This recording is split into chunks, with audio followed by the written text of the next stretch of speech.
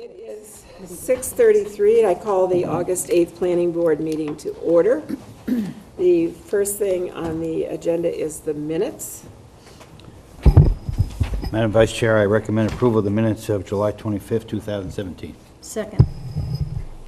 Any discussion? All in favor? Aye. Aye. Okay, next we have on the agenda public comment, and this has to do with anything that somebody in the public wishes to make a comment about, like something they might want to see in the future on our agenda, anything like that, but it is not about anything that is on our agenda tonight. Is there anybody who wishes to make any kind of a comment? Okay, seeing nobody, we move on. Approval not required plans received between July 26, 2017 and August 8, 2017. And we have one? We have one, okay. This is the applicant, Bogosian Development, LLC, merger of 3 lots located at 587 Main Street, 17 and 19 Nye Road. It's Cape and Islands Engineering. Okay. Has everybody had a chance to look at that? Yeah, I'd like to hear Brian's comments. Yeah, Anything? Definitely. This isn't that. Or is the Is applicant? this the combination of 2 lots on the corner of Nye Road and East Main Street? There was a condition of your approval, and the board appeals approval for that little restaurant, apartments above. So it doesn't, There you go. it doesn't depict a subdivision as defined, is entitled to your endorsement, approval not required, in my humble opinion. Okay. Any questions or comments? Chip? I have a question. If this gets approved, does the whole parcel become B2 zone, or does the line still divide the property? No, they're just combining the lots into one big lot, but the zone line does not change. Okay. Thank you. Does anybody else have a comment or a question on this? Okay. I'll move to endorse the plan as presented. Second. Okay. It's been moved and seconded that we endorse this plan without any buildability requirements and all that sort of thing. I'm sorry, but I've got to write down those words at some point in time. It's only been 12 years. Yeah. I know.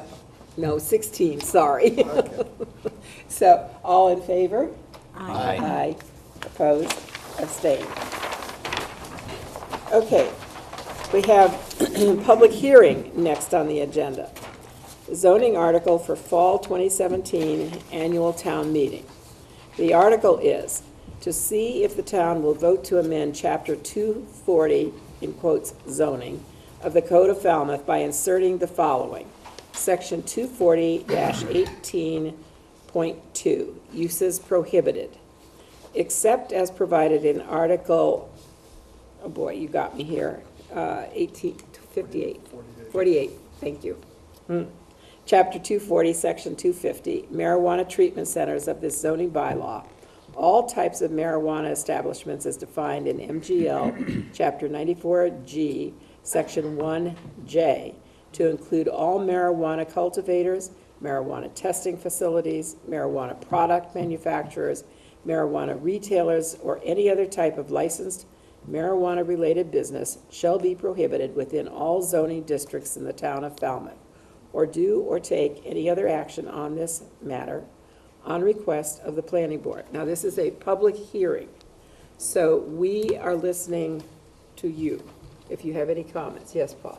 I have to get notices. Sorry. Yes, notices.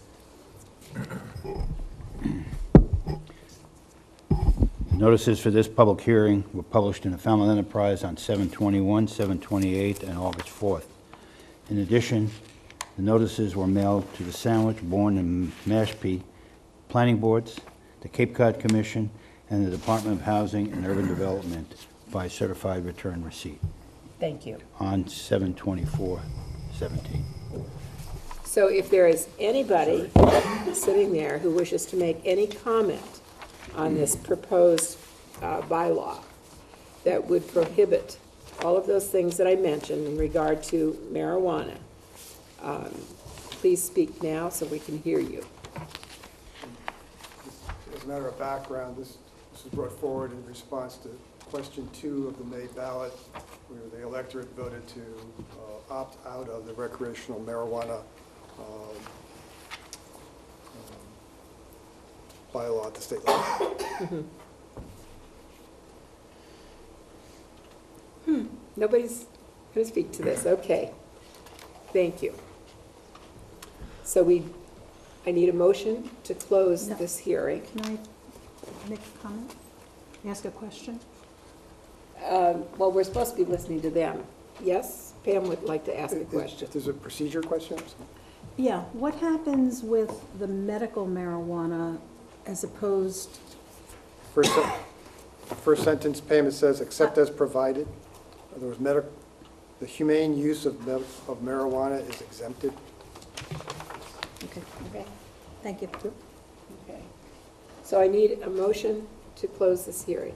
So moved. Second. It's been moved and seconded that the hearing be closed on the proposed zoning bylaw. All in favor? Aye. Opposed, abstained.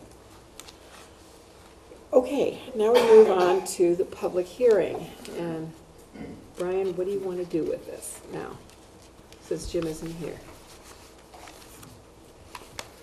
It'd be up to the applicant, perhaps a question to Attorney Clower, that there's, he needs a supermajority of 5 or 7 members, and Mr. Fox, we think is on the way, but is not here. So it'd be up to you to decide whether or not you want to move forward with only 6 members. Or we can continue the hearing to another week. Well, I'd rather not continue it for a variety of reasons. I'd be willing to perhaps see if Jim is going to be here in the next few minutes.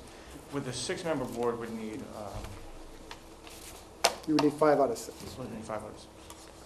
So if you want, Madam Chairman, you may want to ask for a motion to table this. I go upstairs and see if I can get Jim on the phone and maybe take a 5-minute recess. Okay, may I have a motion to table this? Can't you just take it out of order? Yeah, I was gonna say. But we could. Just take it out of order, and they'd have to table it, and then, We go on to committee reports and all that, planning board You can discussion. do that too? Further.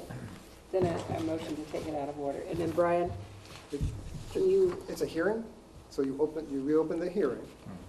So you're going to do what? Move on, or you're going to set it on the table? we're going to set it on the table. That's a good idea. I would do that. And then if you want, you can move on to your other items. right. Mhm. Okay, move to set it on the table. Second? Okay.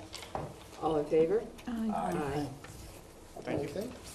And you So- can move on to your others, and I'll go see if I can get a hold of Jim. Okay, thank you. So since we have tabled this for the moment, we're going to be moving on to planning board discussion, and that would be, first on that is committee reports. Are there any committee reports?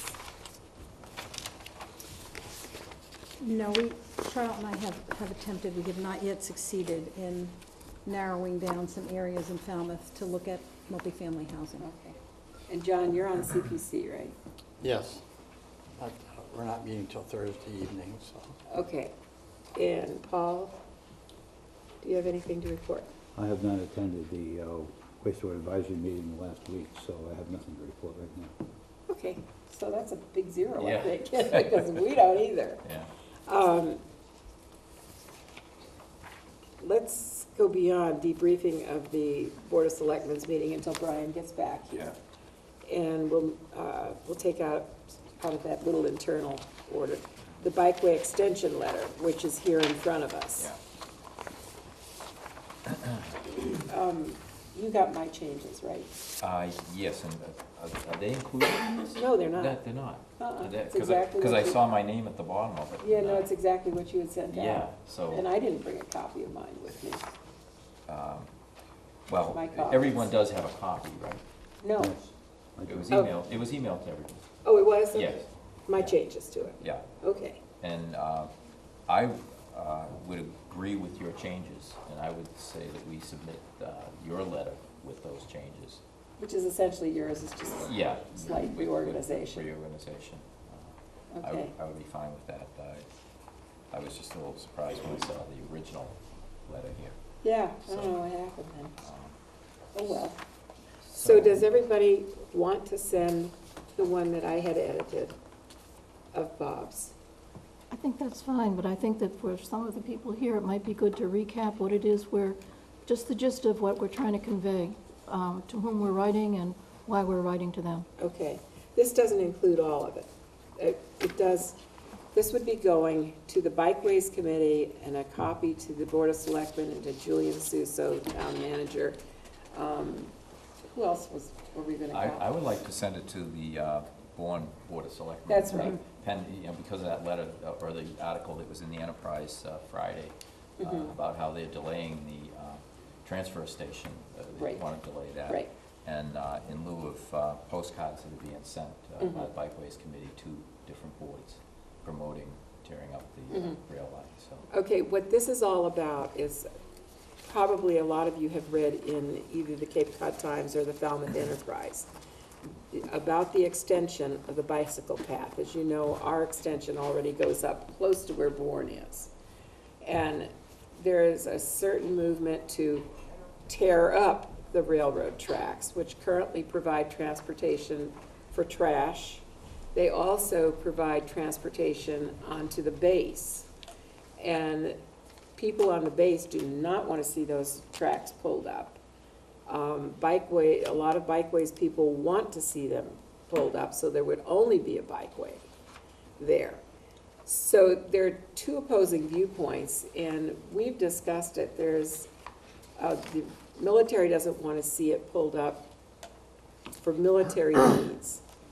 The trash people, trash haulers, don't want to see it pulled up because that would increase transportation of heavy trucks across the bridge if the railroad tracks were removed. So the bridges, which are already elderly, would incur far more traffic and heavier trucks going across to haul the trash. There's also the possibility that if we get a very severe storm that would take out the two highway bridges, that the railroad bridge could remain. Evidently, it is less vulnerable to storms, to wind. It has a different construction. And if that would remain and not be destroyed, that would be the Cape's only means of transport for anything and everything to and from the Cape until bridges, however they could be rebuilt, whether it's emergency or Army Corps or whatever, could be put back across, which obviously then would be limited as well. So from that point of view too, it would be a necessity to keep the railroad open. Now, it all comes down to money, as it usually does. If all you have is the bikeway, it is a lot cheaper than if you have a bikeway and retain the railroad. So there was a third one, but it's not being mentioned now. So that, in recap, is what this letter is about and what the planning board has decided to vote in tonight would be to send this letter out to the various parties expressing our desire to keep the railroad tracks still there in place and not destroy them. Pat, I'd like to also add, one of the reasons, it's an economic issue as well when it comes to solid waste. Right now, we're using the Bourne landfill. The state can close that anytime it wants. That's not a forever solution. We need to maintain that rail line so that we can transfer solid waste off Cape, which is the cheapest way of disposing of solid waste, not only just to Rochester, but to other parts of the country. Ray Jack told us at one point, part of the study that they did, that it was the cheapest way was to train it all the way to Ohio as one of the options. So to lose a piece of infrastructure, such as a rail line, I think would be not in our best interest for the long-term future. And if you think trash collection is expensive now, wait till they have to truck it all across the bridges. So that's what this letter is about, that we are about. Yes, Paul? Yeah, I have two comments. One is the timing of this. This appears to still be in a state of flux. The options have not been defined very well. And is it better for the planning board to weigh in at this time, or wait until we get an option and weigh in on the option? I think we need to weigh in now because they're making decisions about the transfer station. And if they kibosh the transfer station, then that kind of clears the way for them to say, well, we don't need the rail tracks now. So I think while that process is going on, we need to voice our concerns. Okay, so, Charlotte?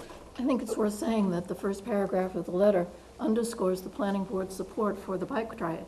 It's not about not having a bike trail, it's about having a bike trail beside the railroad tracks. Right.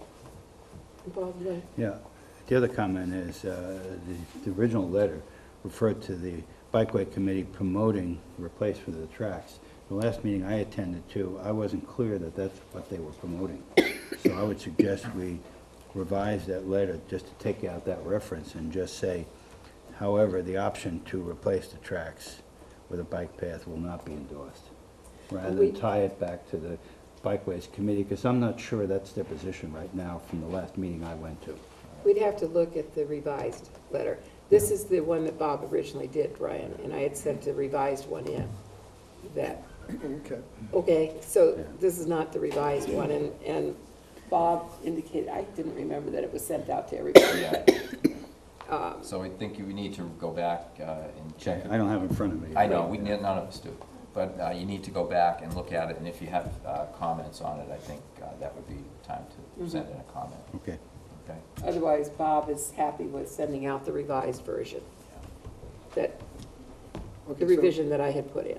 Okay, so there's a revised version floating in cyberspace somewhere. Do I have it, or is Melinda has it? Melinda, I think, has it. Yeah. And if not, I can send it through, Okay, okay? perfect. Maybe I'll just send it anyway. Things tend to get lost in the airwaves sometimes. Okay. Okay, but did you want to take a no vote tonight then, and we wait till our next meeting on it? I guess so, yeah. Okay, So, With so your we for additions in sure all have yeah. a copy. So I would move that we add this same agenda item to the next agenda, to the next meeting's agenda. Right, Second. all in favor? Aye. Okay. Are you taking any comments? No, this is just an internal discussion on that letter. It will come back up again, So we'll be on again till, our next meeting. which is when? 15th, I think it is, isn't it? Next week. Next Next week. Tuesday. Next Mhm. Tuesday. You're on the Bikeways Committee, I know. No. No? Oh, I thought you were, I'm sorry. Okay. See, the problem is you don't even have a letter to comment off Yes, of I that. do. Oh, you do? Yes, I Oh, okay. It's not here. So we'll move this to your 15th agenda for you? Yes, We'll make sure everyone has the right letter. okay. And then Patty can have a revised one too, Correct. do. Okay. okay? Because I did have a copy and there are some serious inaccuracies in it. Okay. Okay, so we'll That's we'll all. move it. We'll move it till next time, and then you'll have your opportunity with a revised letter. Thank Great. you. In the meantime, if you could send your comments in, that would be helpful. Yeah, Oh, I'll send you comments. Okay. great, thanks. Thank you. 15th, I think. We went on past the debriefing of the selectmen's. Ta-da. Oh, Sorry? Do you want to continue on this, or not, I or was a just, first-time grandfather. I Oh. got Congratulations. distracted and congratulations. Can't imagine why you went were to distracted. Boston and came back, and I'm sorry. Excuse me. Okay, so Continue on. I need a motion then, well, Jim, we did that, and we did that, and now we have to go back to that, Okay. okay? So I need a motion to take the Luciano report off the table, go back to the Put it back on original the table. agenda order. May I have such a motion? So moved. second? Okay, all in favor? Aye. Aye.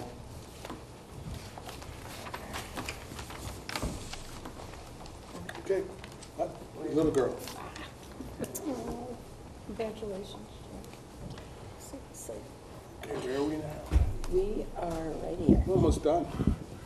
I know. So you have to read that public hearing. Public hearing, applicant Joseph Bucciano, special permit for a contractor's yard located at lots 3A, 4, and 5, Hiken Way, Cape and Islands Engineering. And for the applicant, Mr. Clower. Good evening, Mr. Chairman. Before I begin, I'd just like to say congratulations.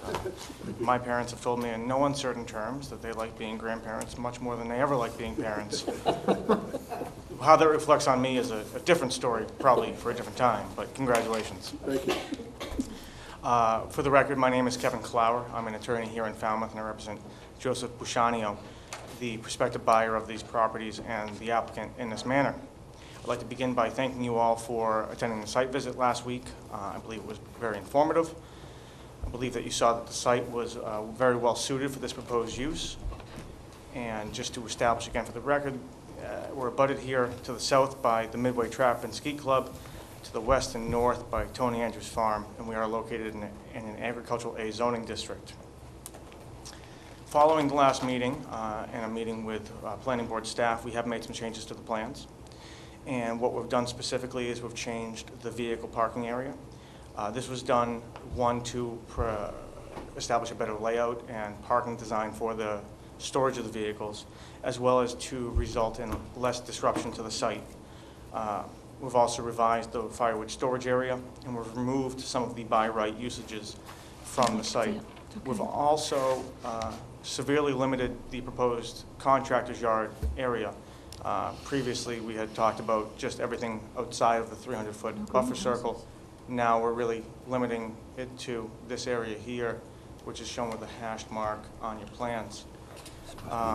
That would be the area subject to the special permit. The rest of the property would still be available for by right uses. The by right uses that were removed from the plan included the greenhouses and log splitting. This was, as I mentioned, done per the request of the planning board staff. In addition, the planning board had requested some additional information, including the potential amount of storage on the site. In speaking with the applicant, he's noted that there is oftentimes between 100 to 150 cords of wood stored on site. That proposed firewood storage area is more than ample in order to address that. That can actually hold upwards of 250, 275 cubic yards. That's not what we're proposing by any means. I'm sorry, 275 cords. That's not what we're proposing, but it would allow for that much. What we're proposing is between 100 and 150 cords of wood. The application that's before you is solely for the contractor's yard purposes. I know there was a lot of discussion last time regarding potential log splitting, potential other uses. As I mentioned last time, we feel that's a by right use. We're in the process of confirming that with the building commissioner. So what we're asking for tonight is simply the contractor yard purposes. Falmouth zoning bylaw section 240-38K allows for the special permit from this board for the use of this property as a contractor's yard. I went over these last time, but I think it's important to go over them again because I think it's clear how well suited this particular property is. The lot has to be at least 3 acres, has to have a front yard setback of at least 75 feet, has to have a side and rear yard setback of 30 feet, not being within a water resource protection district, not within 300 feet of an existing dwelling, and no adverse impact on traffic. This satisfies all of that. This lot is 4.1 acres, well over the 3 that's required. The setbacks are all met. There's well more than 75 feet from the front yard as established by Old Meeting House Road. There's more than 30 feet established by the side yard lines within the contractor's yard area. It's not within a water resource protection district. We've located it more than 300 feet from the existing dwelling. And there is little impact on Old Meeting House Road given the current usage of that road. This location is well suited to this use. I think that was evident when you came. It's very heavily screened with existing screening. It's buffered by both the gun club and the farm. It's consistent with many of the nearby property usages, including Tony Andrews Farm. And I think it's evident when you came out that there's little impact to the neighboring properties. The nearby properties on Viver Lane are all well and heavily screened. And it's nearly 600 feet from the potential contractor yard site to the nearest property other than the Andrews Farm, and other than the Andrews house located here.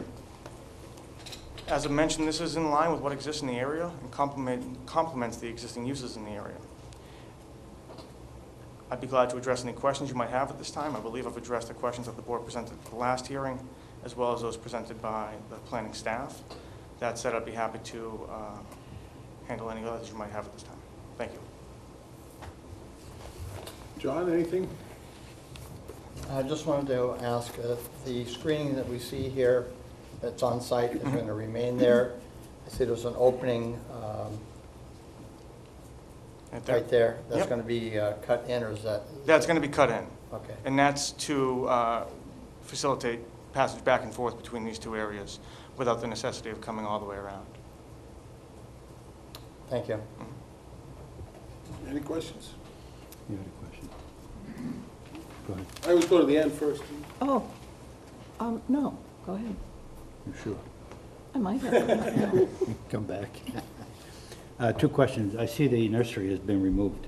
That's a by right usage, and per planning staff's request, we did remove So the you're by not right showing it? usages. The other one, you have paved storage for the firewood. Mm-hmm. Okay, this is not a processing plant, is that correct? That's correct. Okay, But you don't want to store firewood on mud. true. The locust is still not good. Thank you. I did ask the engineer about that, and I think it's better on the color plan. There's no roads shown. Go ahead. Well, Paul, if you look really close, I think you can see the road names. They are there. You need a magnifying glass. Yes. So no wood processing at all? That's not what I said. The by right usages are not part of the application right now, though. So our position is that the zoning bylaw allows for an accessory by right use of a portable wood mill, and that wood splitting would fall within that usage. But that's not subject to the contract yard provisions. So Brian had asked that we remove the by right uses from the plan because the application, special permit application, is simply for the contractor yard.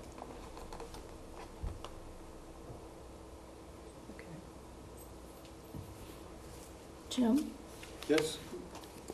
I see now you have more trucks that are here. Could you discuss the amount of truck traffic that will be going back down Meeting House Road out to Sandwich Road? I'd be happy to. So that's the same number of trucks that were included in the last application, in the original submission. We've just outlined parking for each of them as opposed to one general parking block. These vehicles will not be used on a daily basis. They'll be used on an as-needed basis. I don't know with a lot of certainty whether it's 1 or 2 trips in a day or whether it's a few more. I think it depends on the day, depends on the sites they're working on. I think that the intent is to come here in the morning, get what they need, and leave for the day. They don't want to be on the site because if they're here, they're not making money. And could you also, I don't know what a wood mill is, could you describe a wood mill, what it does and what it sounds like? Should I address that, Brian, or if it's... Again, the board's without the ability to issue a special permit for the processing of anything. It's simply for contractor storage of equipment, Right. supplies, and materials. So on the side, you can probably ask, but it's not germane to the board's decision. The applicant has removed any by right uses from the plan and from the application. It would be up to the building commissioner to determine whether or not a portable woodworking mill, which is listed in the bylaw,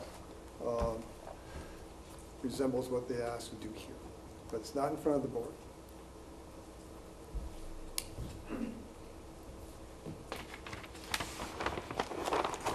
You all set So, with Ms. that? Harris, I'd be happy to try to address the question, but I'm not sure if you still want me to. I would like you to. Okay.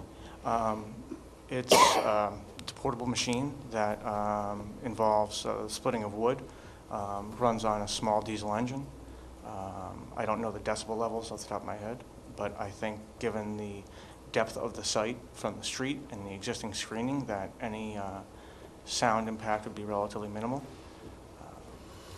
Thank you. they would also be using chainsaws to cut the wood up, is correct, as it's a by right use? That, I would assume so. But as we mentioned in the last hearing, the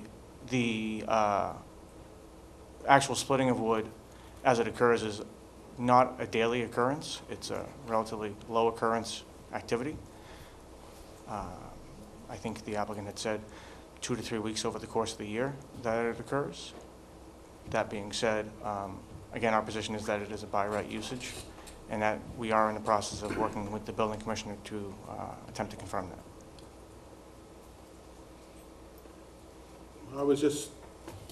I think, having heated with wood, the splitting it doesn't make as much noise as cutting it does. That's my only comment. Anybody else? John? That was, Go ahead, Pam. that was my other question. I mean, there's a difference between taking a tree and having large lengths and then splitting it. So there's no intention of planking the wood at all.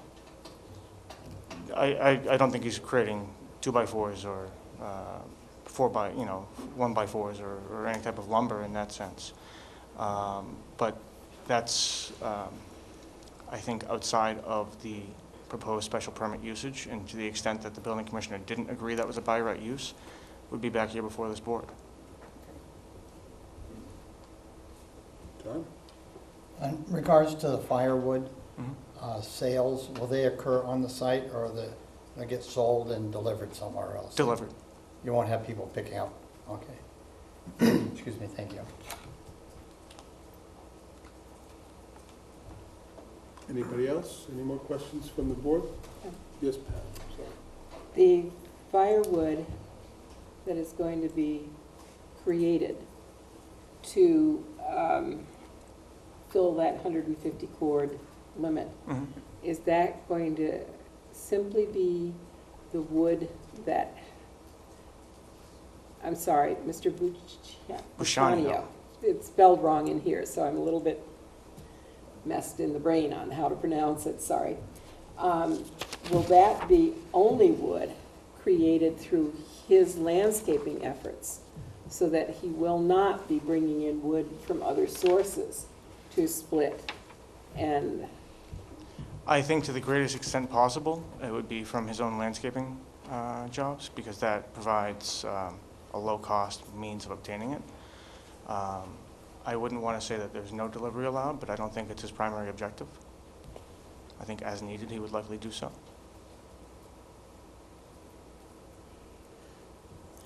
Brian, question for you. Could we limit the firewood there, that it only comes from his own business efforts under the special permit? Let me try to explain. The board Please. The board has in front of it an application for contractor equipment, supplies, and materials for the storage. You get to approve storage, period. Vehicles, supplies, materials. Think back to previous applications where it was pea stone and rock. It was a nursery, right out in the back. You separated them out. The board is without the ability to approve the processing of anything, whether it's firewood or whatever it might be. It's gravel, crushing of stone. You simply have a special permit for storage. So wherever you see the firewood or wherever you see other types of materials not associated with contractor storage, is probably not germane to your special permit. So I know you're focusing a lot on the processing, you're focusing a lot on the firewood, but my opinion is that it's really outside your purview. And it's been put forward that it's an agricultural use in an agricultural district, the use allowed as a matter of right. That's up to the building commissioner to determine. That decision can be appealed to the Board of Appeals. Their Board of Appeals can be appealed to the Superior Court. So it's really not in front of the board. So you're that's why I asked the applicant to take the by right things off the table, off the plans, and let you focus on the storage of contractors' vehicles, materials, equipment. Ms. Kerfoot, if I may, just as an analogous situation perhaps, other contractor uses might have mulch or pea stone, and I don't think the board has typically restricted it to mulch or pea stone that's been produced by the efforts of that applicant in that sense. No, I do understand. Any more questions from the board? Yes? Is there any environmental impact from storing that number of vehicles? There's no maintenance proposed on the site, Right. so I think that the environmental impact, to the extent there is any, is extremely limited. But there'd be, the contractor's yard special permit does not allow for maintenance on the site. Well, I don't do maintenance in my garage, but my garage floor gets pretty dirty from things leaking from my cars, although they're well-maintained. So I just wondered if there might be from that number of heavy vehicles. Well, it is paved, which would certainly assist in the permeation of any chemicals in that sense. I don't think it's any more so than would be, I think, likely expected. So I don't think there is any substantial environmental impact there, no. Pat? There's a building here marked temporary storage. Why is it temporary? What's it going to be used It would be a for? storage shed, like an 8x40 storage container, which are temporary by nature. They can be moved. It's not on a foundation. It's not built into the ground. But that would allow for storage of smaller rakes, equipment, things of that nature.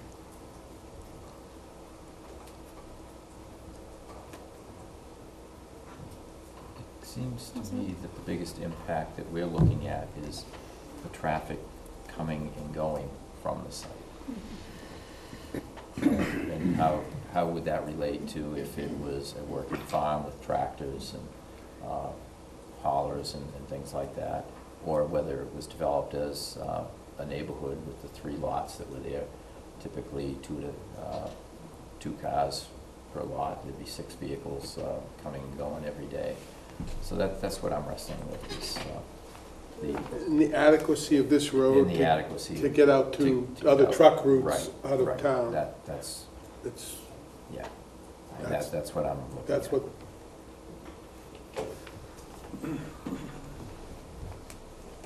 everybody else out on the board? Okay, if anyone would like to speak or ask questions from the public, could you please come up and identify yourself and step right up. Yes, sir. Please come up to the microphone so everyone can hear you at home.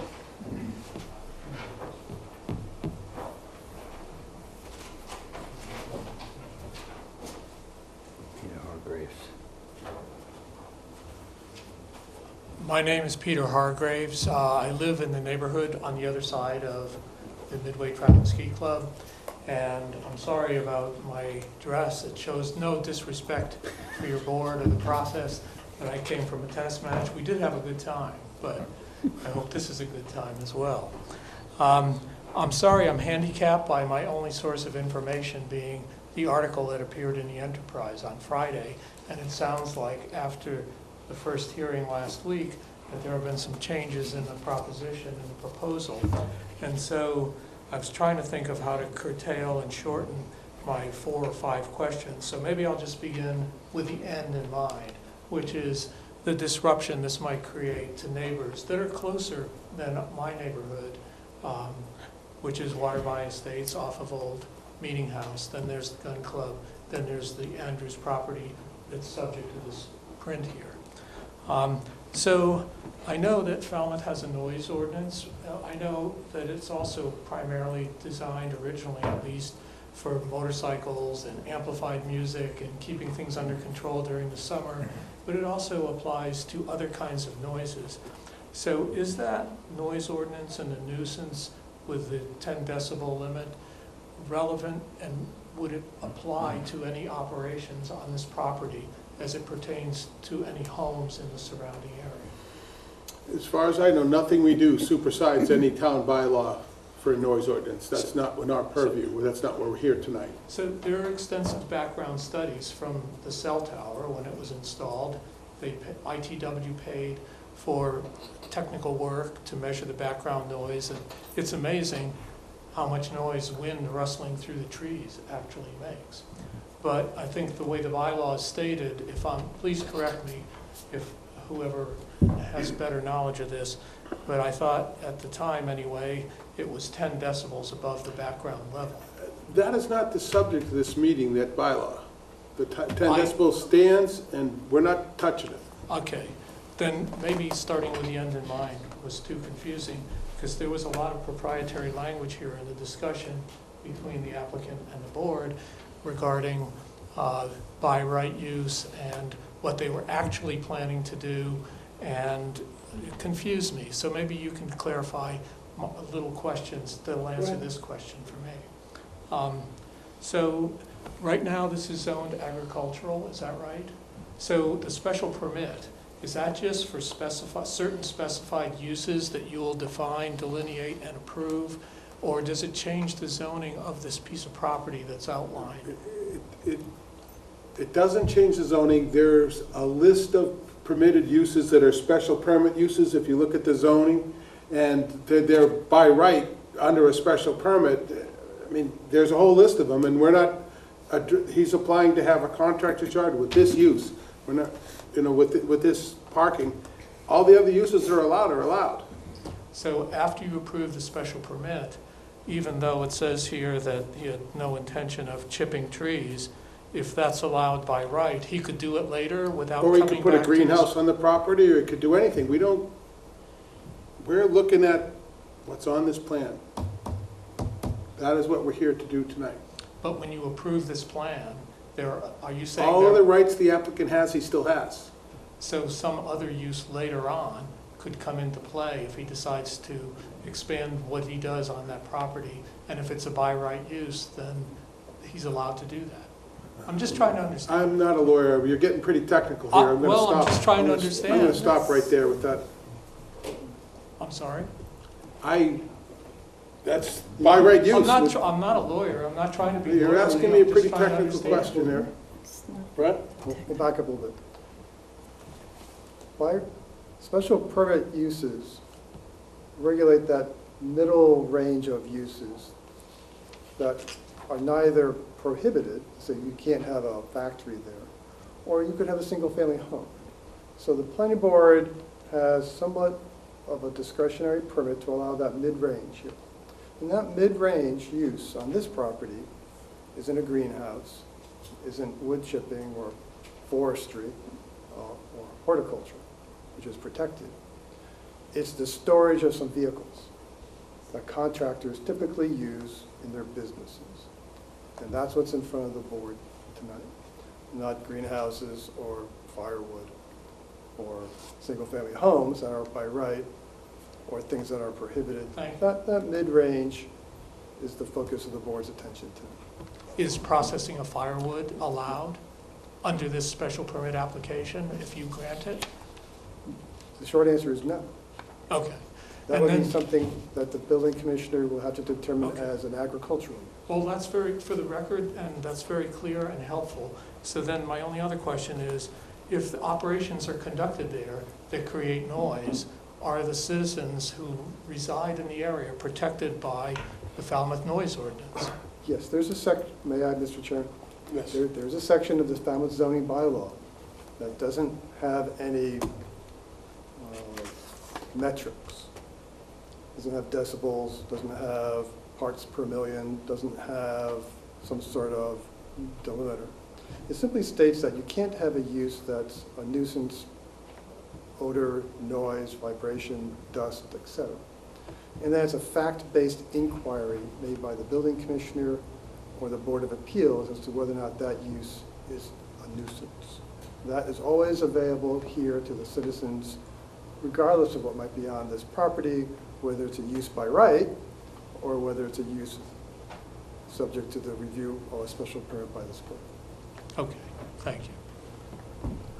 And the last thing, I don't quite understand, because there are arcs and other things, what is the property that we're talking about? Is it all, here, this is Old Meeting House Road, I guess. Is it this also, or does it just bypass this and go back to the back? Which one? Whoever. To the applicant. It is, if you look closely on this plan, there's a very dark line that shows the outline of the property. Oh, It's the street coming in, and then a rectangle all the way around. Keep going, and all the way up. The street, down like that, all the way up, follow it. There's a very dark line on the plan. That is what's the subject to this meeting. Everything else is outside our scope. yes, That's not part of it. Those two lots It's these outside. very dark lines are what we're looking at. okay, okay. Thank you.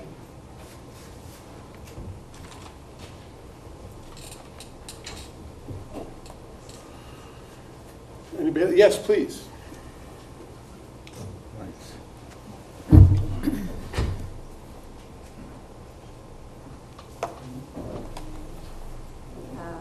Hi, my name is Dina Feldstein, and I own a house at 55 Southview Way, which is south of this.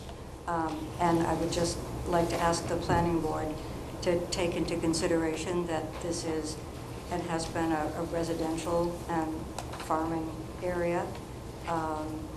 It feels a little bit like opening Pandora's box to allow a special permit for contractor use, because it doesn't seem like it's really in line with the general use of the area. And just based on the article that was submitted last week, or written last week in the Falmouth Enterprise, I know it's not in your purview, but by extension of allowing a special permit, if you do, it then opens the possibility of the noise from trucks, the, particulates and whatever else may come from wood chipping and wood storage. And Meeting House Way is a pretty windy road, so I'm also concerned about access and traffic. Thank you very much. Yes, please, come up. My name is Shelley DeWicki. I live at 329 Old Meeting House Road, which is essentially diagonal off to the bottom right, I guess, of that map, so it's very close. I see that land every day. 6 months of the year, when there are no leaves on the trees, you can clearly see all that. It is not buffered from the street. I'd like to point that out because that was one of the things when the cell tower debate was up, that we wouldn't see the cell tower, we wouldn't see the red light on it. I see it every day, particularly in the winter when all the leaves are down. So it is a kind of a misstatement to say you won't see any of this. I unfortunately couldn't come to the hearing last week. I was out of town on business, but I did submit a letter, and I will certainly submit something to the building commissioner if he's the one that has the authority to make some of these decisions. When I moved here and bought the land in 1982, I bought it because it was a residential community. There were 1 acre lots. I grew up in an area similar to this that had a produce farm, so I loved having Tony Andrews' farm right there. I did not buy it to have it to be an industrial zone. And like the previous speaker, I'm very concerned now that we have a cell tower there, those lots are probably not of interest to people because they don't want to live near a cell tower. So now there's a use coming in, and it's like a domino effect. We're having one thing, now we got to put up with another thing. I oppose having a contractor's yard there. I've seen contractor's yards in other places. I feel there's other places in town where this could be put because this is a residential neighborhood. I will be directly impacted by the traffic. I'm concerned about that. I'm concerned about the noise. I'm concerned about all the other, as you call it, by rights that can happen with this location, and I don't think it's fair to the neighbors who live there to have to do this. I mean, we have contractors and landscapers who have yards up on 151 and another tech park, perhaps other areas that are more suitable than a residential neighborhood, and I really don't want to see the character of my neighborhood changed by another shoe dropping kind of by having a contractor's yard, because I will see it.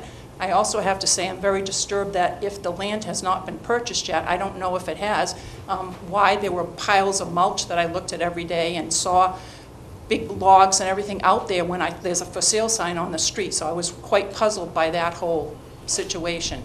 I believe you're talking about a parcel that's not on our discussion tonight. If we're talking about the bold lines, I am talking about the bow lines. show us where you think you see things piled. Well, it's hard to say what's gold back here, because you're talking about Well, this line here. Yeah. If you're talking about gold. That parcel your hand's on now is not part of our discussion. But you're talking about this line. Right there, keep going. You can clearly see, and it goes all the way around, right? And it comes back Okay. down to the street.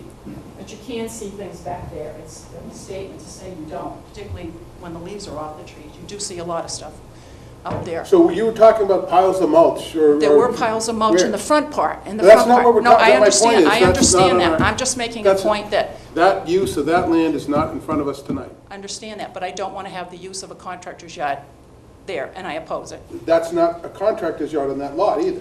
I don't want a contractor's lot in the backyard. I'd rather see residential property there and keep the Sorry. character of the I was just trying to neighborhood. make it clear that you're talking about something that's not in Understand. front of us tonight. Understand. I'm just voicing my opposition. I hear you. It's confusing. Everyone thinks there's other lots there. I'm sorry to be it that way, but I'm trying to stay within the dark lines that we're talking about. Understand. And when your testimony is taken down, I just want it to be accurate.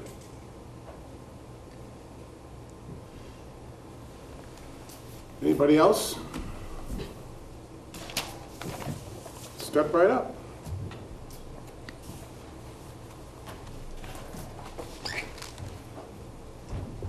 Hi, I'm Matt Dewicki. You guys remember me from last time? As my mom just made very clear, we're not happy about this. This is how it always starts.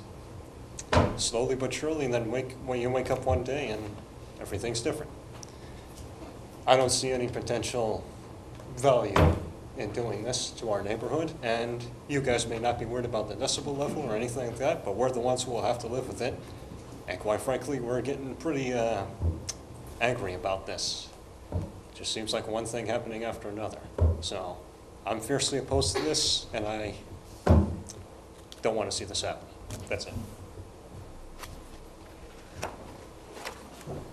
Sir?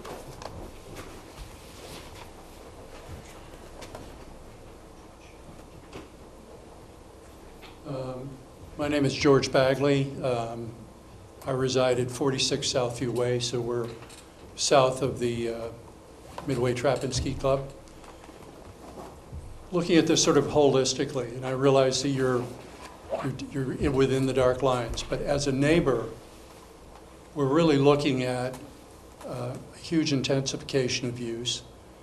We are currently contesting with the gun club an intensification of noise and use. As you know, the town is in contract or in negotiations to purchase land as the 300 committee. The town has interest, I understand, in constructing affordable housing. And I'm having a hard time putting this together. This is a residential neighborhood. Let's talk about what's in front of us right now. We're not talking about affordable housing, we're not talking about. I understand. What do you have comment on this plan right now? Yeah. I'm opposed to the use. I'm opposed to a contractor's yard, the traffic, the size of the vehicles, the winding road. There's a change in character here, and I'm opposed to it. Thank you.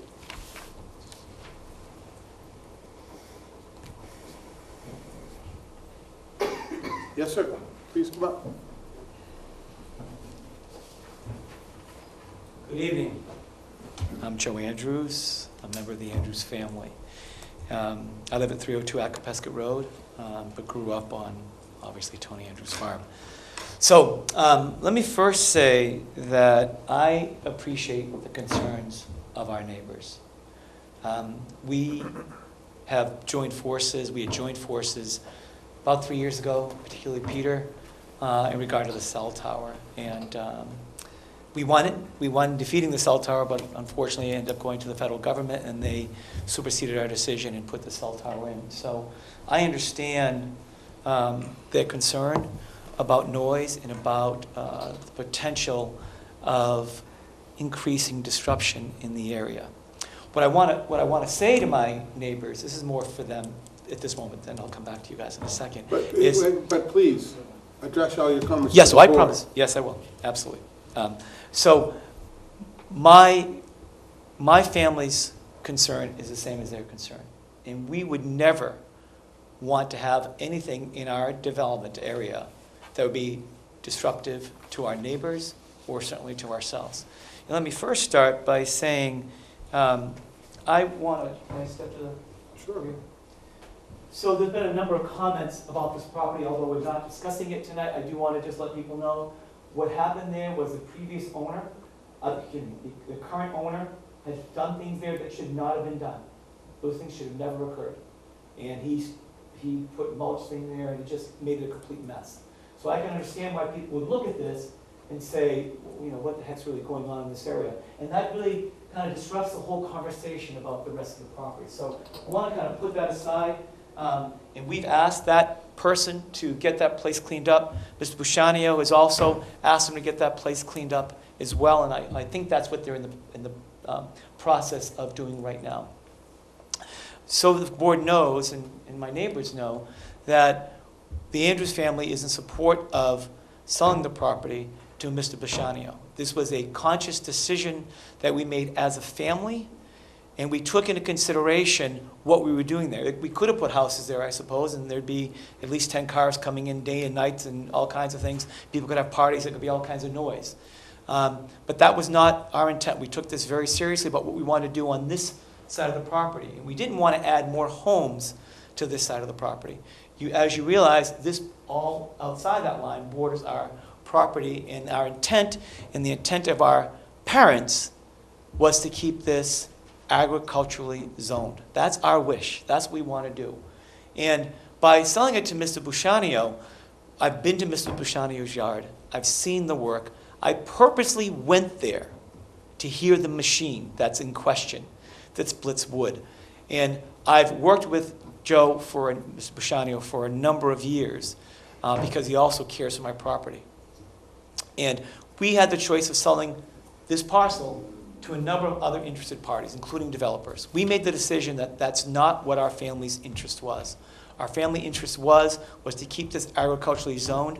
Joe had said to me when he approached me numerous occasions about this, and we kept saying, we need to talk about it as a family, and that's what we're going to do, and we'll get back to you with our decision, is that we wanted to make sure that planting occurred on this site, because this site involves agricultural space. Joe has promised us, and I assume that's what he's going to do, is to continue to put shrubs and bushes and trees into this property. Primarily, if you don't mind, I'll step to the board again. Primarily to continue to create the buffer that exists. And there is a large buffer that exists here, there's a large buffer that exists here, and there's a buffer that exists here. To try to screen out noises and visual light that will occur, visual light at night. Joe's operates, I assume, Monday through Saturday as a contractor and as a landscaper. He also, I assume, leaves the yard probably at 7 o'clock, returns about 6 o'clock.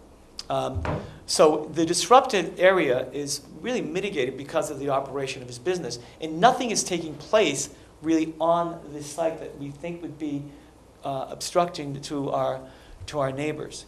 I also want to say that, without getting too personal, my brother Kenny lives in the house in the top left-hand corner. It's the only house in the development. My brother Kenny is a disabled war veteran, and without getting into kind of disability he has, noise is a concern. So we chose Joe based on what's important to my brother and what's important to our family. And I don't know if anybody knows my brother here, but if they did, you'd understand what we're doing, why we're doing and why we're doing it and what we want to do. And that's not to create anything that's going to change the area, but most importantly, disrupt my brother's life. He's 74 years old. If he's as lucky as my mom and dad, who live into his 90s and maybe 101, so we want to make sure that continues. And so the project as is detailed is something that we are very much in support of, have given this significant consideration and thought, both from a personal reason and from a financial reason. My brother is losing money on this property, folks. He put a road in, he put lots in. You know what it costs to get ready to put a development in, right? And without disclosing the price we sell it to Mr. B for, I mean, it's not like he's walking away making a lot of money in this at all. So this is a very conscious decision about what we're doing in the area, and why we also decided to sell to the town of Falmouth and to the 300 committee as opposed to selling to developers, which I think we would have gotten a far more amount of money than we certainly would have gotten from our neighbors in the town. But most importantly, I want to make sure our neighbors understand our concern. I know Joe. I don't expect that he is going to do anything that's going to break the trust that we have established over the years, and the trust I hope he has with his neighbors. The cell tower is up. I know you did a visit. I think you heard the hum, right? It really kind of stinks, that hum, right? And we worked hard to try to fight that. And I don't want to add anything that's going to be louder than that hum, which is constant all day long. And the bright light, the bright red light, which I can see from my house on Acapesket Road when I go out my boat, right? So that's not our intent. That's not what we want to do. I would expect Mr. Busciano and his representative, Mr. Clower, to be honest and upfront about what they're doing and not to do anything that's going to disrupt the area. I can't, I certainly talk to him if something were to happen, but I also expect his neighbors would do the same thing. And lastly, the area right now is a little rough, and Joe and I have talked about the kinds of things I expect to do. I do expect to see some kind of a nice entrance into that area as opposed to what's been there. I expect to see the place well maintained. He has done that at his own cost, even though he doesn't own the property, by mowing that area as opposed to becoming overgrown. I expect that he's going to manage the gravel road that takes place there. And I expect this place to be nice, neat, clean, and not an obstruction to our neighbors. And I'll close with, it's not the wish of my parents. Although they're no longer here, we still have a legacy and a reputation in this town. And I plan on living here a very long time, and I don't want that to be disrupted. So all I can say to you is that I believe in what they're doing. I trust that you would believe what the Andrews family is trying to be concerned about. I've Sure. sat here with them, so I know. Very carefully, you should be addressing us, not them. Yes, well. Okay. So, without repeating myself too much again, I understand the neighbors' concerns. Our concerns are the same. Our agenda is the same.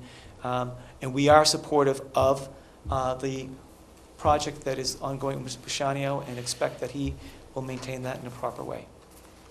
And with that, if you have any questions of me, I'll be more than glad to answer that. Thank you. Okay, thank you. Yes, please.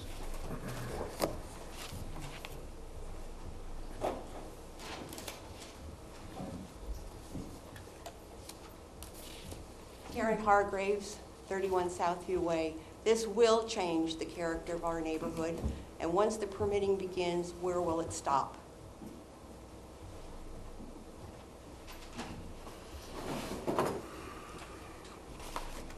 Anybody else? Can I make one more comment, or am I limited? Go ahead, one more time, please. Thank you, Mrs. Hargrave. Remember, this is a farm. It's always been a farm, will always be a farm. The noises that come from our tractors are significantly louder than the noises that will come from anything that happens in this term. I hate the term contractor's yard because I get this vision of, what happens over in Thomas B. Landers Road. That is not what we're trying to do. This is a farm. It's been a farm since 1928. And on a farm, things happen that would be more disruptive, that will take place as Joe's 4-5 trucks that will leave a yard on any given day, including the thing that will split the wood, which I have seen. So just want to make sure that gets pointed out. Thank you. My name is Roger Landry. I live on Southview Way also. I just have a question. How large are these trucks that we're talking about? There's a list on the application. They say the size and everything. I don't have it memorized, but Maybe the applicant could. they did provide us with a list of the trucks. Do you have it in front of you, Kevin?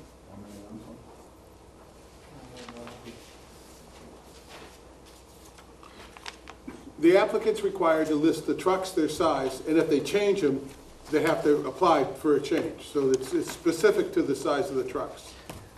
Well, as a neighbor and not being privy to it, I just have the question, that's all. Some Okay. F-450s, I believe.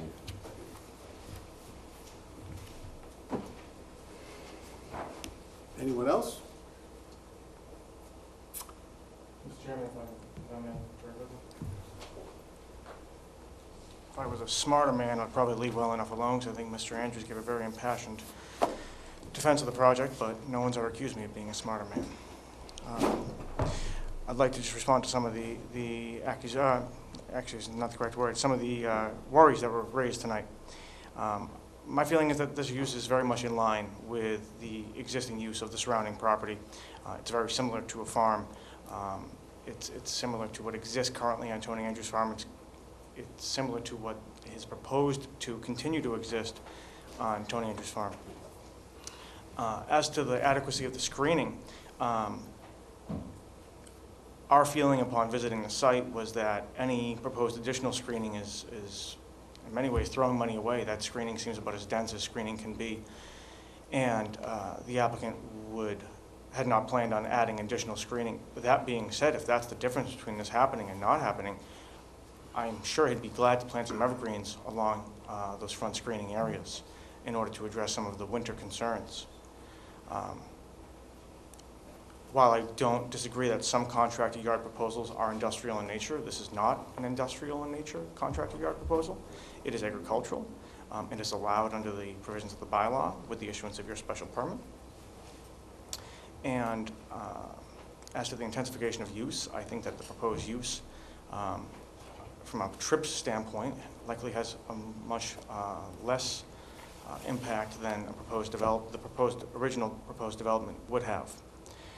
I don't agree that this is a change in character. I think, again, based on the nature of this contractor's yard, what's being proposed, and bearing in mind that any changes need to be approved by this board, what's being proposed is very much an agricultural use and a continuation of the existing use of that property. This keeps the historical uses of the property, as Mr. Andrews was good enough to point out. It continues to promote those agricultural uses, and as we discussed in our first application, the by right uses allow for a number of agricultural matters that the applicant intends to pursue. Not shown on this plan, because we were asked not to, but the original plan did include a number of them. I believe that was all the concerns that I noted that had an immediate response. If there's any questions, I'd be happy to address them. Otherwise, thank you for your time tonight. So we need a motion to close the hearing and go into a discussion. So move. Close the discussion. Say it louder, please. I move that we. Oh, one more, sorry, I thought we finished, excuse me. I would just like to comment, having lived there for 30 years and heard the tractors. I grew up on a farm in a town off Cape. Tractors are very different than six-wheel vehicles. And you hear a tractor once in a while, one tractor may come, Jeff, his brother, Joe's brother, comes down the street occasionally with a tractor. That's the only vehicles that go off the farm for the most part. There aren't trucks going in and out, and particularly six-wheelers. So there is a great difference in the amount of noise that will be there. And I'm very concerned still about the by rights and what potentially can happen down the road, because it always seems to change.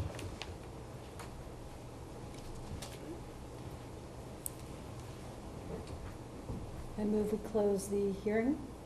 Second. All in favor? Aye. Aye.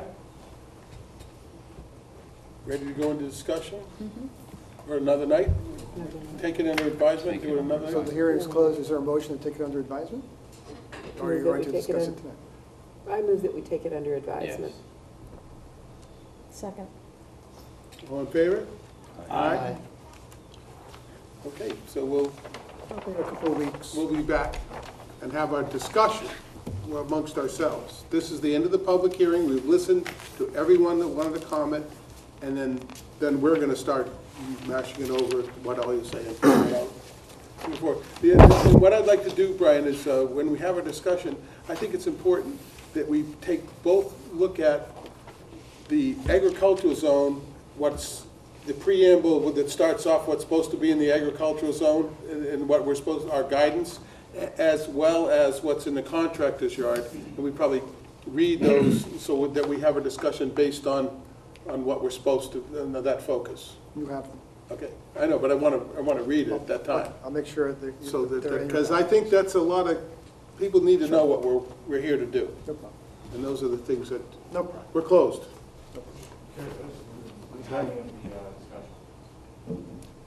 All set? In a couple of weeks.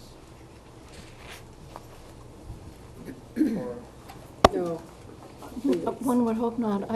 I think I had already told you I won't be here next week, and I'm very interested in this subject. We'll survive, we'll just keep working. Okay, just so everybody, just so you know, next week you'll be having a discussion with the consultants on the zoning bylaw. Right. So probably be your meeting of the 29th. You will be there for discussion purposes. All of you have partaken in the hearing, so you are all eligible to vote, whether you're at a discussion meeting or not. So you have to worry about that. That's the key point, is we're all here at the hearing, then we can all vote. So where are we now? We are debriefing of the joint meeting of Board of Selectmen.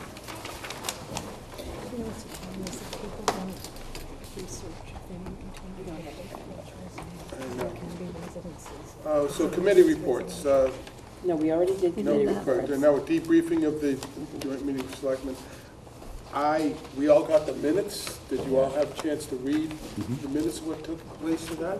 We all got it? Yes, and I was surprised at some of the lack of detail of the comments that were made. Well, but keep in mind, minutes are not I supposed to be know, dictation. They're I supposed to be, know. this is what we talked about, I know period. that, but there were things that, key points that I thought were omitted. I sent Paul my comments, including that Brian wasn't listed as having been present. Yeah. I'm sorry. And yet he's in the minute. Yeah. You want to bring up something in particular?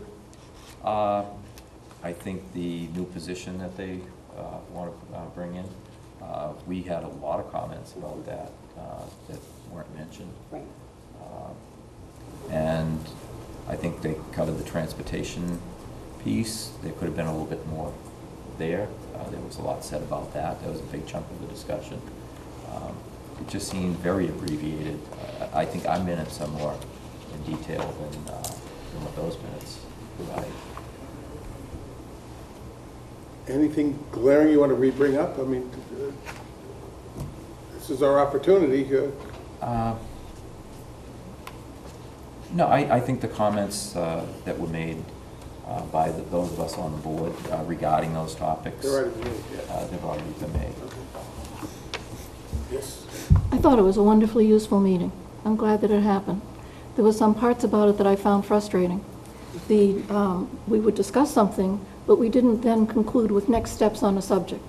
So the discussion on transportation, probably the most thorough discussion that was held, ended up in the air without knowing, well, who's going to do what next. So I think that's an issue to be looked at. I'm also interested, if anybody else on the committee is, in discussing together the position to see what do we think as a group. Do we know what we think as a group, and only I don't know what we think as a group? About? The position of the community development, community planning development, whatever you decide to call. Yeah. It's decided to call it trying to solve a myriad of problems with a single position. Has it been discussed? Yeah, Charlotte, part of it came about when the four committees got together with the Collins group, and it was, I'm not sure what the proper term is, but they took notes of everybody making comments, and they synthesized that then.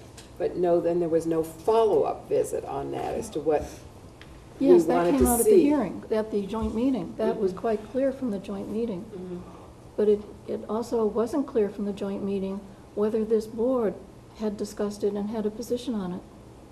We have not. No, we have not. Should we?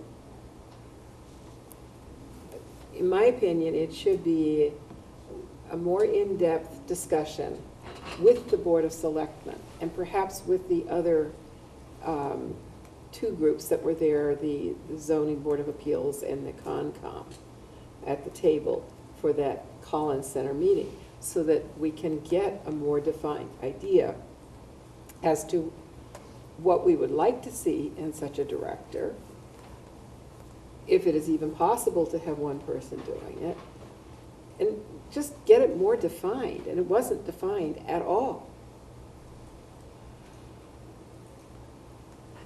The other problem was, I don't think the Collins group ever really talked to some of You the what? I very. can't hear you, Pat.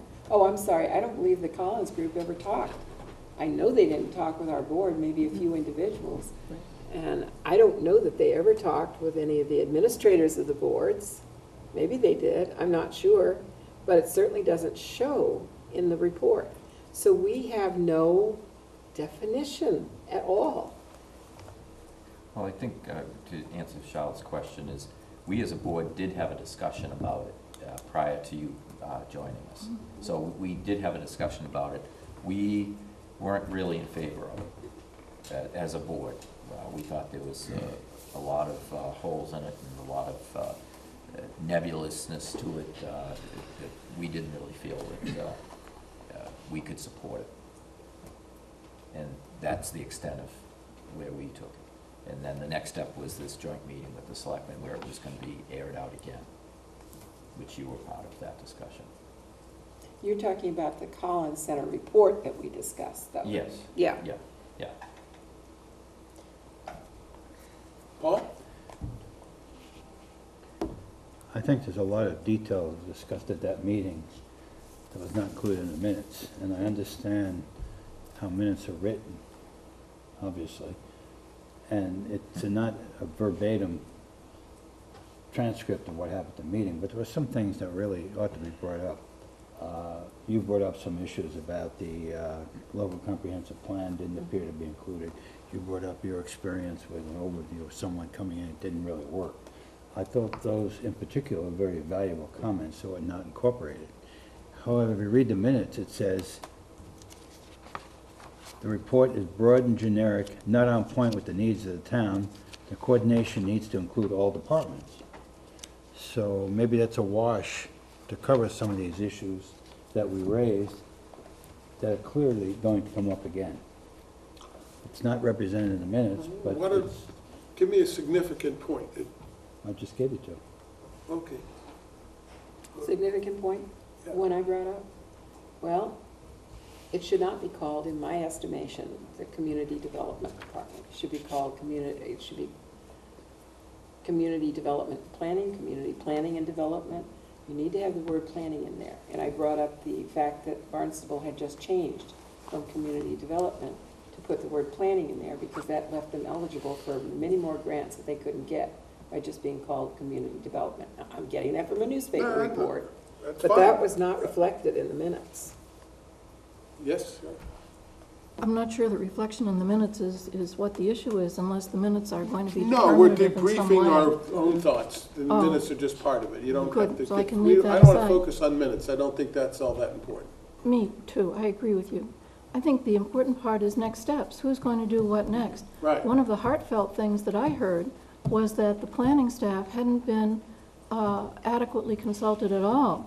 And so I would think if we're going to, I've read the Collins report. I mean, there were things in it that really, if so, ought to be acted upon that would be good. But if it's incomplete and not really ready to take action on, maybe we could decide on, well, what the next steps are.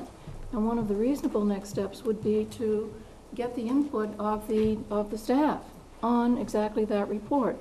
And one way to do that, without us having to do anything, and they have to do all the work, is they could go through somebody over there would, now seeing what has been proposed, would comment upon that so that we can begin to develop from it some action plans that can be taken by this board, perhaps before the next joint meeting, so that it would have moved forward, because there weren't too many forward-moving steps from the joint meeting. It felt good, but not too many forward-moving steps. So if we do that, that would be good. Have we even had a full presentation of the Collins report to our board? I mean, am I missing something here? No, you have not. We have not. I think that's what we're hearing over and over again. Oh, okay. We haven't had the presentation, so we shouldn't have had a discussion on something we haven't been presented on. Well, we did. But we haven't though. Okay, so we're talking on about first what you base. read in the newspaper and other things. Sorry, go ahead. Okay, you can talk. Excuse me, I'm out of order. You, Paul. Has the Collins people at UMass, have they completed their contract? Do we have the opportunity to have them do a post-report follow-up or from input? Is it possible to do a, My understanding is that they've completed their scope of work. so they're done, they're out of it, so we're not going back to them again? If they've completed, they're not gonna make a presentation to us either. So are we hemmed in on not being able to get anything further from the No, Collins people? I think the board has enough of its own knowledge, both as a board and as residents of the town, to make an intelligent, have an intelligent conversation about staffing needs that address your needs and the needs of the town. I would put aside any third-party observations at this point and use your own observations. What works? What could be better? We could always do better. So I think the board needs to have that conversation. Otherwise, you're right. It's just going to be sort of feel good, no next steps. What's going to happen when Brian Curry retires? What's going to happen when, all of a sudden we have a combined staff? Where does this board reside in that system, in that scope? So that's an important discussion I think you need to have. The charter folks had it many years ago. Have that discussion, and don't worry about third-party reports. Think about what you want, what you need, what planning needs to happen in the town, and go from there. That's my 2 cents. Yeah. The reason I feel incomplete, and I think there's a lot of feeling of incompleteness, is that after that exercise, when the 4 boards sat there and gave the input to the people from the Collins Center, my experience normally is after such a session, then they reconvene and present a summary of their findings. And there is a discussion amongst the 4 boards as to follow through, how they see that. But that didn't ever happen. Yeah. Apparently it won't. I mean, one of the things that should have happened would have been conservation, Board of Health, planning, zoning.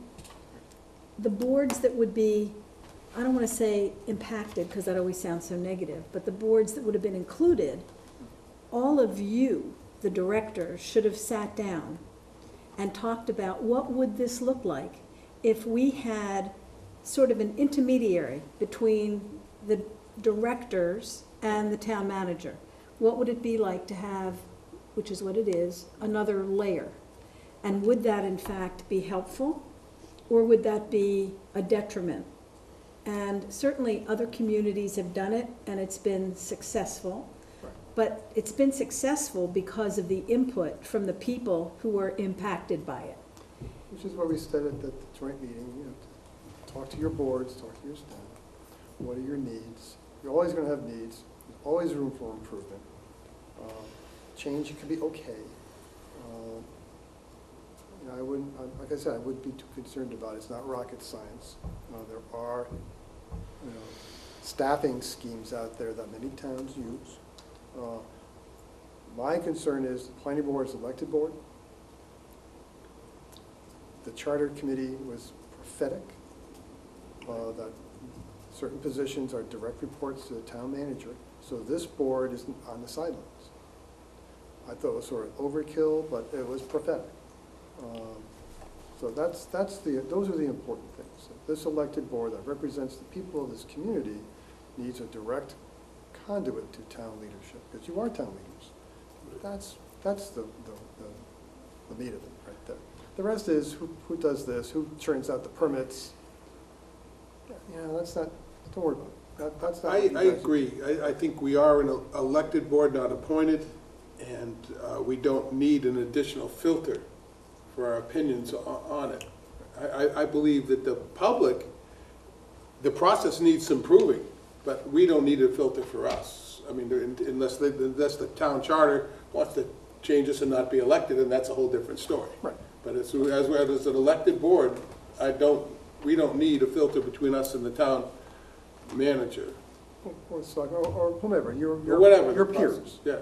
And if the town electorate wants to change that, then so be it. That's fine. That's fine. But in the meantime, that's the type of, structure You should be looking to improve and build on. And does the offered solution or offered suggestion, solve whatever? The first part of the planning process is problem identification. Have you adequately identified what the problem is? Because if you haven't adequately defined the problem, then you cannot adequately define a solution. So that's the first step sometimes, should be, is what is the nature of the problem? And how do we go about fixing it or making it better? So I think it might be wise for the board to have this discussion before you meet again, to at least address what you consider to be the needs of this elected board, so you can have an intelligent discussion with the other boards, and then perhaps put together a structure over time. Go from there. I'm Hang on. Yes, go ahead. We will then need a process for, among ourselves, for coming to consensus on what it is we as a group think. I agree. Yeah. When I listened to the Board of Selectmen, it sounded to me like they were saying that the town manager had 76 or 78 boards and committees that report directly to the town manager. And my sense was that they felt that that was too much, and they were looking for somebody to take on the role to be that intermediary. I keep going back to that word because I can't think of another word. Between the boards that have anything to do with land use. And the way they went about it and presented it at town meeting was so confusing and so overwhelming, I think, to the community, that there was no way that that was going to get passed. And so until this position is defined and refined, and I absolutely agree with you, I think this is an opportunity for each of the boards to have input into what do you think this position should be, if it's going to be at all. And we can do it, and each board can do it, and then we're again acting as islands with no communication. And I would have loved to have seen, again, I know we're elected. I don't know if that means that we're somehow special and that we shouldn't be involved in that process. The Board of Health and the Conservation and ZBA have a lot of grit in this town. But I wish, again, that Brian and our health director and the ZBA director, all of those people should have been brought into a room with the Board of Selectmen, who should have said, what do you think about this? This is going to impact you, and it's going to change your role. Or it might not change your role. It just may give you another venue to deal with. But it just should have been more complete. So when it comes to town meeting and people don't understand, why do we need this, position? And I'm not saying I think it's a bad idea, because I know many communities it's worked well, but I think it needs to be very well defined before they bring it back to town meeting. Well, let's talk about going forward as a board. What are we going to do? Let's not talk about what they should have done, could have done. Do we want to talk about, have a specific discussion about this and make a recommendation? What do you think? I always think it's good for each board to have a discussion about this position. The position is so ill-defined to me that we could have a discussion and say, what do we think our town planner, who is the successor to Brian, because it's not going to happen before then, what do we think the role of that entity should be, that person? What's that person going to do? And I think we should have a discussion. Do we think it's something that would benefit the planning department? But this isn't just the planning department. This has 5 entities, 5 boards involved. But I think we should, and I think there's no reason why we shouldn't make a recommendation to the BOS. Okay. Yes. I wouldn't want to see the problem get reduced to a position, and how should that position be defined? The Collins report laid out a series of pieces of work, really, that needed to be done, and they really dealt with the way that planning takes place and the way that decisions are made and the way information comes forward. So it was all kind of internal to planning. And then it wound up dealing with the span of control issue for the town manager. An odd conclusion, really. So it might be better to look at what all the things that the Collins report addressed and not just the single concluding item and land on that in order for us to make an improvement in the way planning happens. We know that change is coming. We've been given adequate notice to be prepared for that and not ignore the rest of the report when we go through it. Saying that we haven't had a presentation on the whole report, boy, that's too bad. But we don't need an outside person to do that. We could ask for that to be done, to be a way to chunk the report and us to be able to comment on it as our next step. It sounds like we actually have to have a meeting on the Collins report and presented to us, maybe by Brian or read or the outlines, and then we have a discussion on it, because that's what you all keep saying, right? Over and over again, I heard the same thing. Is that something we can do, Brian? Sure. If the board wants to, say probably sometime in September, sit down, we can try to sort of flesh things out a bit. So you can at least then have some agenda items for your combined meeting. Right. Questions to be answered, and then actions to be taken. Because we've had discussions about little bits and pieces, but I don't think we've really focused on it as a board. And I myself am actually not opposed to the Collins report, but I'm listening to what all you folks are saying. It sounds like we better step back and take a hard look at it so we can be as a team, all get on the same page. Yeah, and I'm not convinced that the Collins report is the end-all, be-all Neither am I. for any of the boards, even the Board of Selectmen. I don't think that that's the gospel according to the Collins report. But it's a Let springboard. me, Brian, can I ask a question? What's our role here? Do we really, it sounds like this is the Board of Selectmen's role and the town meeting thing, and we generally just comment on it or not direct, or what? In this instance, this is a major paradigm shift. Right. Under the charter, I'm a direct report to the town manager. Okay. And the charter people put that in there for that very specific reason, for this elected board to always have a direct line to the town administrator. Right. So if the town wants to go back and change the charter, it'll change this position. In the meantime, if there's going to be a wholesale reorganization of staff that has a planning background, I think the planning board obviously should have a role. You may not get into the nuts and bolts, but you really should be getting into what the charter says you do, your elected roles and responsibilities, and what fits this board well. What might fit this board very well may not fit the zoning board very well. So you need to take a look at each board and their needs and their roles and responsibilities.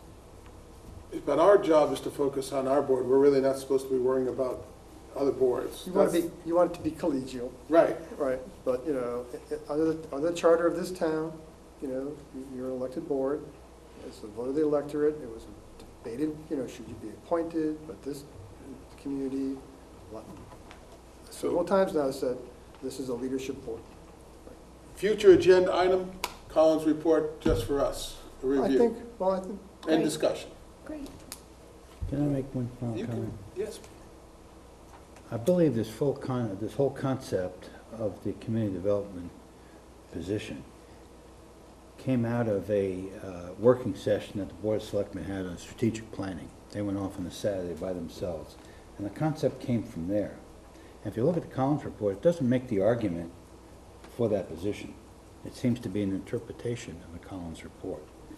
And there are some issues in the Collins report that are worth talking about, some constraints. They could be done right away without really a reorganization. So some of those could be implemented. But I think we need to talk a little more carefully about what the role of short-term, long-term planning is, and the building department, because they're very, very separate functions. I just want to make sure we're staying within our purview and not trying to jump into another board's role. I always hate it when other boards try to do planning or other things. I really want to stay within our scope. Okay, and our scope, we don't run the town, we do planning. The executive part of the town is the town manager and the board of selectmen. So let's just, I want to make sure we stay in our role. Yes, roles and responsibilities. Right, that's really important. Right. I know we all have feelings about these things, but just like when someone talks about things that are out of order of our meeting, we can't just go on forever on things that are not our job. So let's stay focused on that, have a presentation on it, and a full discussion. Sound good? Everybody happy with that? Okay. Ta-da. Good. Thank you. Wow. So we already talked about the bikeway extension letter and the revision, and we'll get the revision for our next meeting and vote on it at that point. Okay. So we're, Zoning bylaw. Zoning bylaw update. Next month, next meeting, right? We have, Next week, Bob Mitchell will be here to go over new definition sections and the whole brand new structure of the bylaw. Did you get my email? I did, and I sent an email to the chairman of the ZBA right away, within a minute of you received. Good. Received So your, I should have copied you on it, but bang, bang. My suggestion is to invite the Board of Appeals next week to be here. They have been invited. Maybe not a joint meeting, but Bob will be here. If we want to post it, you can they can hear it firsthand, have a discussion, because they are obviously the implementers, you are the planners. So that's good, that invitation is gone. Well, Bob will be here next week. This agenda, I said it was going to be on this agenda, but I took a look at it and this agenda, I said, no, next week. Right. See you then. Okay, recent amendments to Chapter 40A. Charlotte, Bob Mitchell is our consultant. I guess he is the one doing the zoning bylaw update. Oh, I'm sorry. thank you. She doesn't know who Bob was. Yeah, Right, I did not. yeah, he's our consultant. He will be here. He's the consultant, one of the two Bobs that are doing the review of, Bob Mitchell was the Amherst coming planner next for week. 30 years, and Bob Ritchie worked at the municipal law unit of the Attorney General's office for many years. They are our consultants. Can't pub. I'm sorry. So what's recent amendments to Chapter 48, possible vote to sponsor articles for November town meeting? So you got this email from Attorney Duffy in your package, the Yeah. recommended changes to Chapter 48. The first is a building permit used to have to act on a building permit within 6 months. The state legislature has changed that now to be 12 months. That's the first paragraph you see here. The second paragraph, it used to have 2 years to act on your special permit. The state legislature has amended the zoning act to allow for 3 years. Now, our local zoning bylaw has to change. The state law sets a ceiling. We couldn't, we couldn't have 4 years. We could be more restrictive. So we can have 2 years. But at least you might want to bring it back to town meeting, let them decide. Do you want to give people an extra 6 months on their building permits, an extra year on the special permit? So we don't have to do that? You don't have to do this. Okay, that's the point you're making. That's the point I'm making. This is You don't it's our have- decision. Some people would like you to believe that, oh, the state law has changed. Oh, we got to do it. You got to do it. No. You can stay with 6 months, and you can stay with 2 years. But you may want to think about it, let the town meeting decide. The third paragraph, we did that back in 1990. We changed non-compliant structures that have been non-compliant for 10 years or more into non-conforming structures, and you can apply to the Board of Appeals. So we're way ahead of the legislature here by 27 years. So it can't be true, 27 years. So Is that right, 27? what you're basically saying is we could just leave what we have in place if we want to. You can leave what you have in place, or in your package, I have 2 zoning articles for your consideration. So at least have a public hearing, put it on the warrant, have a public hearing, and let the town meeting members decide. It's up to the board. My recommendation is put it on the warrant, let the people decide. So you're recommending, well, hey, the last time I took something to the warrant that was coming from outside, we got a presentation from the ZBA, all the wrong reasons why to do it, and got crucified for it. We were just trying to do house cleaning, and we got, you weren't part of that. I don't want to do anything we don't have to do. The good news is all have seen, we're way past that, and the last town meeting was an example of board communication and goodwill, and the accessory apartments bylaw, so that's all behind us. Now this comes from Mr. Duffy and myself, no one else. These are changes to the state law. It's an option that the community has. And does the planning board want to bring it to the town meeting? My recommendation is yes, you should. Let them decide. It's their bylaw. So basically, he's asking us, do we want to bring this forward? And I'm going to listen to what you guys have to say on this. Yeah, I think if there's going to be a public discussion, it would happen at a town meeting, because I can see where there could be an argument for and against changing it from 6 months to 12 months. So I would let people that are affected by that argue that. Here's the thing, though. The last time we brought this up, it was like we were the ones proposing it, not that we just wanted to have a discussion on it. Yeah. Well,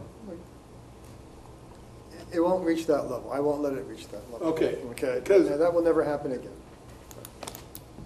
Because as far as I'm concerned, I think our bylaws are perfectly fine. Go ahead, Pat. I'd like to have an understanding of why 6 months was chosen initially. It's been 6 months for the last 40 years. Yeah. Well, why would 6 months, why would it be changed now? I think one of the things that's happening is it just takes so long to get through permit processes, and then you have to get financing. And once you get everything in place, your permit, my special permit expired. Yeah. Well, that's what I thought, but I wanted to have an understanding of that. So it's really a more complex regulatory environment you find yourself in today. It used to be, I want to build a dock. I would go down to the pond and I would build a dock. Right. Or Can't do that anymore. I used to oil the road in Connecticut. Right? You can't do that today. This is 50 years ago. I grew up on a road that got oiled every day as a kid, every summer. Every summer we oiled the road, right. Dave's Neck Road. So over the last 40 years or so, these regulatory environments have changed, banking environments, finance environments. So a little extra time to get their ducks in a row, essentially is what it is. So Okay, so we should that's have a a hearing. good, I that's a agree, good but I understand. argument. There's a Now, reason. what about 2 years versus 3 years? Same thing. Yeah. It is the same, okay. So we should have, so we put it on the warrant, then we have a hearing, public discussion, everyone gets to weigh in, we just do our normal process. We listen, You listen. and Say then we carry it to the. You're talking about this board having a hearing? Yes, us, Yeah. no, I'm agreement. Now, I'm on, John. On the third article, 40A S7, is that already our bylaw? Just as yes, it's written, or? Yes, we did that back in 1990. The banking community was having difficulty lending on structures that were non-compliant. Instead of Even though non-conforming, that's the difference. You can't compel removal after 10 years. 10 years. But what are they? Are they non-conforming? No. If I want to do an addition or I want to do something, want to alter or modify my home, I'm sort of neither fish nor fowl. I'm sort of in this netherland. So back in 1990, we decided, okay, well, you've been there for 10 years. Your mortgage bank is, having connections. Town meeting voted to make your non-complying structure in existence more than 10 years non-conforming and give you access to the Board of Appeals. We did that a long, long time ago. So it's not something we need to discuss? Already done? Already done, okay. Already done. The legislature has just voted this into the state law 27 years after we put it into the local law. So it's just the first two that will go in front of Correct. town meeting? Correct. Okay, thank you. Frank, can I just ask a question? A subdivision plan, what's the grandfathering period for a site plan that was submitted and not acted on? How many years does it stay here? A subdivision plan? Yeah. It's eight years, once it's endorsed and recorded. 8 years. It's grandfathered for 8 years. The land they're on is grandfathered for 8 years. Okay. Right. That's almost like a generation. It used to be Well, 7, we've used to be seen them 5. come back and come back and come back. Oh, I know, I know. I'm just saying it, sometimes making that a little bit shorter makes a lot more sense. Well, that's the subdivision, that's the state law. Some people wait years to have their plans endorsed and recorded. I've known people, I've seen a subdivision plan come in 20 years after it's been approved for endorsement, and then the 8-year protection runs from that. So it's a little flaw in the subdivision control law. So. And sometimes because of the economy, Yeah. people hold off. Well, they don't want to pay taxes on the subdivision plan, on the new lots. You Exactly. can have 10 years go, Right. hey, our economy, we're just getting back to what happened 10 years ago. If you look at the value, decisions were made on development, it's taken us 10 years to get back to that right now. So I think, Right, so I understand why it happens. So if the board is agreeable, you would need a motion to send these to the warrant. Because the warrant closes at the end of August. I Moved and seconded. second it. Okay. All in favor? Aye. Well, we should have, that'd be great. And post none, that'd be good discussion, and we'll have, public can come in, we'll do our thing. That's Do what your we do. thing, see you in October. Yeah, we do our thing. Thank you. Is there, where's the purple folder? I don't see it. There's none? There's no general correspondence. Future agenda items.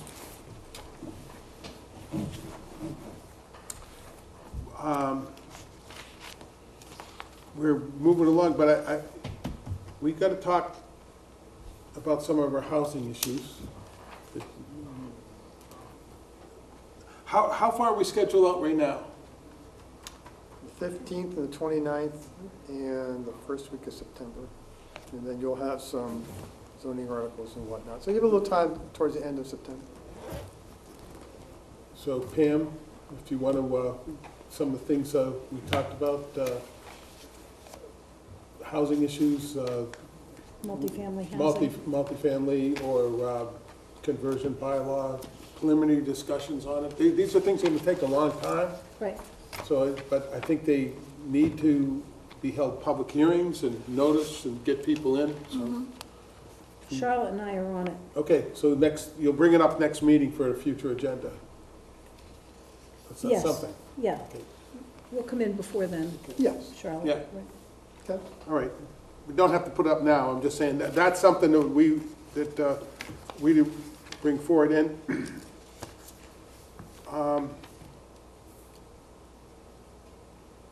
And we've got a hearing. When's the hearing? The outreach, we sent, I don't remember the date of the letter for the stakeholders for It's David the Springs. Thursday, the 29th, I think, last week of August. So after that, we'll bring it up in the agenda, what we learned on that Yes, night. So you'll that, debrief that probably sometime mid-September. mid-September. So we don't have to worry about it tonight, but those are just, I want to make sure that everyone's focused on our tasks. John? Again, I'd like to schedule a meeting, a joint meeting with the Board of Health. I agree. Okay? think we In should- particular to the one I want to talk about is Accessory apartment. accessory apartment. I think that they've, are treating it differently than other things that they've had to treat with, and let's be consistent in what's going on here. And some of the other housing changes that we're discussing, Okay, so we don't, all right, so we're on board with each other's groups. all right, that's good. Would we be trying to bring up multifamily housing with them at that time? Might be Both. premature, depending on when. No, not really. I don't think so. I think we want to talk multifamily housing on our own Right. and deal with it. Not, I think, I know what I want to talk to about. John may have something else. But I think that they have interpreted the requirement for another tank on a septic system for an accessory apartment I remember that from the joint meeting, right. totally inconsistent with other, the conversion bylaw in the past and other, it seems to be a special thing that they just chose to do for that, and I think we need to talk to them about that. But you had something else, No, that's it, and they have some new board members also, so so there might be a different read, is what you said. I'm not saying that. No, but- okay, good time. Okay. That'll be an interesting meeting. It will be. You're going to have your first, by right, accessory apartment in front of the board here in a few weeks. Say that again? Our You'll be first seeing accessory an accessory apartment apartment is coming to us. They've applied, so. We have an application that's moving forward. Good. Yeah. Well, didn't the thing on Dillingham Ave come in? Yes. Does that come to us? Excuse me, I couldn't hear what you said. Oh, I'm sorry, I just wondered if I had heard that the plans for Dillingham Avenue have come in also. They'll be coming forward. There. Okay, so the board knows for some future agenda items that the property, the Nimrod property has filed a plan review. Plans are in the office. You'll probably see that in a few weeks. So that's what you meant to Dillingham, you meant? Yes. Okay, 100 Dillingham. Okay. Also, for the board members who haven't responded, right now that we're still looking at October 14th or October 21st for this joint meeting with the 4 boards or 5 boards. So I think we're waiting on. Me? I'm always available, as long as I remember I got a meeting to come to. Did you say October what? It's either October the 14th or October the 21st. It's a Saturday. So just email Melinda if you're available either one of those 2 Saturday mornings. That's when they're going to have the joint meeting. I'll be in California on the 14th. Okay. So let Melinda know. Email Melinda. She's keeping it. I'll be at a wedding. I knew I had San something to Francisco. go to the office to talk about. What is that? We'll see you next week. Next meeting? Next week. Next week? Bob and Bob. We have, Bob and Bob. the 2 Bobs, we have finished all our agenda items. Move to adjourn. Second? All in favor? Aye. Thank you very much. So, Go home and Great. talk to my grandchildren. look at this with you.